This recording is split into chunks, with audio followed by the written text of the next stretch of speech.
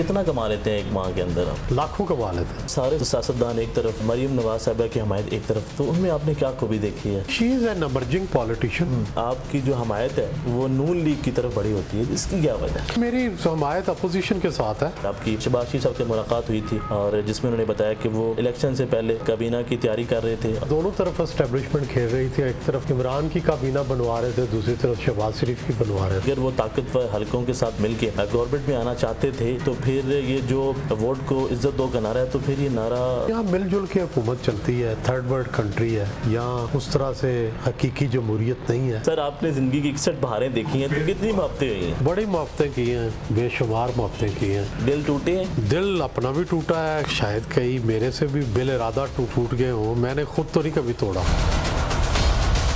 अस्सलामुअलैकुम नाज़रीन, मैं हूं आपका मेज़बान अनस गोंदल। आप देख रहे हैं वाइट न्यूज़। नाज़रीन मेरे साथ मौजूद होंगे सीनियर सहाफ़ी सुहेल वड़ाई साहब। किसी तारुफ के मोहताज नहीं है, पूरे पाकिस्तान के अंदर इनको पसंद किया जाता है। अगर दीगर ममालिक की बात की जाए तो वहाँ भी इनके प्रोग्राम को देखा जाता है और वहाँ भी इनके फैंस हैं। आज इनसे बात करेंगे इनकी ज़िंदगी के हवाले से और साथ ही साथ सियासत के ऊपर बात होगी और मौजूदा जो मुल्की सूरत हाल है उसके ऊपर भी गुफ्तगू होगी। Sir thank you so much आपके वक्त देने का। कैसे हैं आप? बड़ी मेहरबानी, थैंक यू। सर ये बताएं कि आपकी सेहत के हवाले से बात की जा रही थी कि थोड़ी नाजुक थी, तो आप कैसी सेहत आपकी?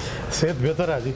मैं गिर गया था पिछले दिनों, जी जी, तो बाथरूम से निकला तो गिर गया, वो स्लिप ऑफ लेग हुई, तो उससे थोड़ी कमर के ऊपर चोट लग गई थी, उस वजह से आप बेहतर हैं? बेहतर है। सर आपने हाल ही में यूके का विज़िट किया, तो कैसा विज़िट रहा आपका? बहुत अच्छा जी, बड़ा अच्छा रहा। तो नवाज साहब से आपकी मुलाकात भी हुई है? जी जी हुई। तो वो मुलाकात कैसी रही है? बहुत अच्छी मुलाकात। ज़ाहिर है इस तरह की मुलाकात समाजी मुलाकात होती है, हाल अहवाल पूछा जाता है, सियासत पे थोड़ी सी गुफ्तगू हुई, तो बस। तो सर किस के ऊपर बात के ऊपर ज़्यादा डिस्कशन हुई है? तो क्या वो पाकिस्तान वापस आ रहे हैं? नहीं, ज़ाहिर है उस वक्त तक तो सब ये कह रहे थे कि जनवरी में आ रहे हैं। मैंने ये खबर ब्रेक की थी कि इतनी जल्दी वो नहीं आ रहे, वो अभी मार्च तक तो मुझे लगता था कि वो बिल्कुल नहीं अभी आने को इरादा। उसके बाद वो अभी कह रहे थे मैंने अभी इलाज कराना है, अभी मैंने ऑपरेट करवाना है, उसके बाद हूँ। आजकल ज़िंदगी के मामलात कैसे चल रहे हैं, किस तरह टाइम को मैनेज करते हैं, रूटीन क्या है सर? बस रूटीन, बस सुबह अखबारात पढ़ना, फिर मेरी जिम्मेदारी है एडिटोरियल पेज, उसके एडिटोरियल ब्रीफ दिया जाता है, वो दिया जाता है, फिर कॉलम आ जाते हैं, फिर कॉलमों को देखना, फिर साथ साथ अपने प्रोग्राम करना। दूसरा प्रोग्राम जियो पे जो एनालिसिस का प्रोग्राम है, तज्जियों का, वो करते हो। तो सर बच्चों को कब टाइम देते हैं? बच्चों को साथ साथ ही टाइम है, वो सारा दिन घर ही होते हैं। ठीक है। अरे सर अब बात करेंगे पाकिस्तान की सियासत के ऊपर। इस वक्त काफ़ी हालात गर्म हैं। अगर तरीक़े अदम एतमाद की बात की जाए तो बात की जा रही है कि बहुत जल्द जब पेश कर दी जाएगी, तो क्या अपोजिशन को कामयाबी नज़र आ रही है या फिर ये बातें रहेंगी? जी अभी 50-50 बात हो सकती है। बात तो ये है कि अभी जिस दिन अपोजिशन के अंदर, जिस दिन हुकूमत के अंदर से एक जो ग्रुप है वो टूटेगा, जिस दिन उसके अंदर बगावत होगी, उस दिन तहरीक अदम एतमाद की कामयाबी का जो है इम्कान बढ़ता जाएगा। तो सर आपको लगता है कि अभी तक ये ग्रुप टूटा नहीं है? अभी नहीं टूटा। पीपल पार्टी इसको किस तरह बेयर करेगी? क्या वो ये करने देगी? नहीं देखें, पता नहीं बाकी सूबों में करेंगे कि नहीं करेंगे। फ़िलहाल तो सिर्फ वफाक के अंदर तजवीज़ है कि वफाक में पेश की जाएगी या सूबा पंजाब में। जहांगीर ग्रुप किस तरफ जाता हुआ नज़र आ रहा है? ये तो तहरीक अदम एतमाद का साथ देगा। और काफ लीग गो मगो वो देखेंगे, अगर कामयाब होते हैं तो साथ देंगे, अगर नाकाम होते हैं तो नहीं देंगे। सर इन्हें पहले इंडिपेंडेंट ऑफ काफ लीग जो है अपनी मेजॉरिटी बनानी पड़ेगी। सर 30 साल से आप वाबस्ता हैं जंग ग्रुप से, बीच में आप छोड़ के चले गए, तो उसकी क्या वजह बनी थी?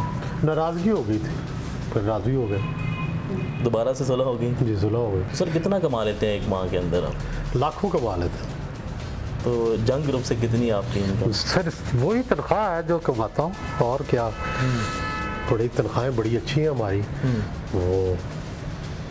वो तनख्वाह आती है और बड़ा अच्छा गुजारा होता है। शहबाज शरीफ साहब से मुलाकात हुई थी और जिसमें उन्होंने बताया कि वो इलेक्शन से पहले काबीना की तैयारी कर रहे थे और मुकम्मल तौर पर डिसाइड हो रही थी ताकतवर हलकों के साथ मिल के। तो सर ये बताएं कि क्या वाकई कोई ताकतवर हल्के उनका साथ दे रहे थे तब? जी ये उन्होंने खुद बात बताई थी, उन्होंने ओन भी की, उन्होंने कभी उसको कॉन्ट्राडिक्ट नहीं किया। तो मेरा ख्याल है दोनों तरफ एस्टेब्लिशमेंट खेल रही थी। एक तरफ इमरान की काबीना बनवा रहे थे, दूसरी तरफ शहबाज शरीफ की बनवा रहे थे। ठीक है। तो सर सवाल ये है कि यहाँ पे अगर वो ताकतवर हलकों के साथ मिलके गवर्नमेंट में आना चाहते थे तो फिर ये जो वोट को इज्जत दो का नारा है, तो फिर ये नारा किस तरफ जाता है? नहीं, पाकिस्तान में देखें कोई भी जो है ना, कोई ये कहे कि मेरा एस्टेब्लिशमेंट से कोई राब्ता नहीं है, ये गलत है। और कोई ये कहे कि जी मैं बिल्कुल इंडिपेंडेंट ऑफ सारे अदारों से एक हुकूमत चला लूँगा, ये भी मुमकिन नहीं है। तो यहाँ मिलजुल के हुकूमत चलती है, थर्ड वर्ल्ड कंट्री है, यहाँ उस तरह से हकीकी जमहूरियत नहीं है। यहाँ अदारों का भी अमल दखल है, यहाँ लोगों का चलता है, तो वो ये इस तरह है। तो सर मगर डील की जो बातें चल रही थी वो दुरुस्त थी?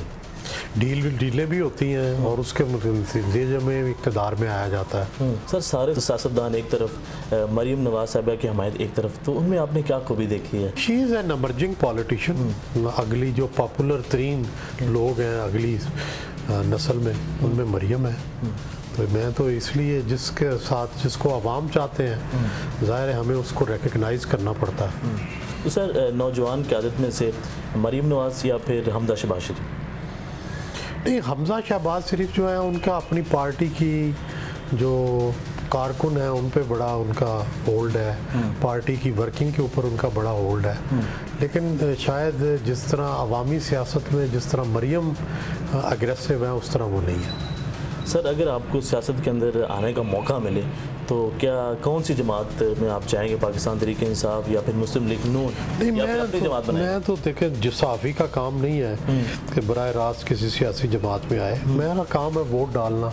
वो मैं देखता हूँ कि जो जमहूरियत के लिए जिसकी ज़्यादा खिदमात होती हैं मैं उसको वोट दे देता तो आपने 2018 के अंदर किसको कास्ट किया वोट? हूँ। 2018 में मैंने एक वोट पीपल्स पार्टी को दिया था, एक वोट जो था वो नून को दिया था। 2023 के अंदर क्या इमरान खान साहब दोबारा हुकूमत देखिए बना ये सकेंगे? डिपेंड करता है मार्च पे।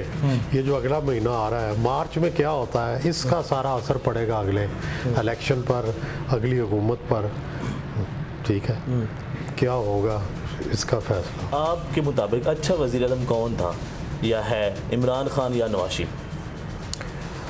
डिपेंड करता है। मेरा ख्याल है कि मुआशी हवाले से नवाज शरीफ बेहतर था।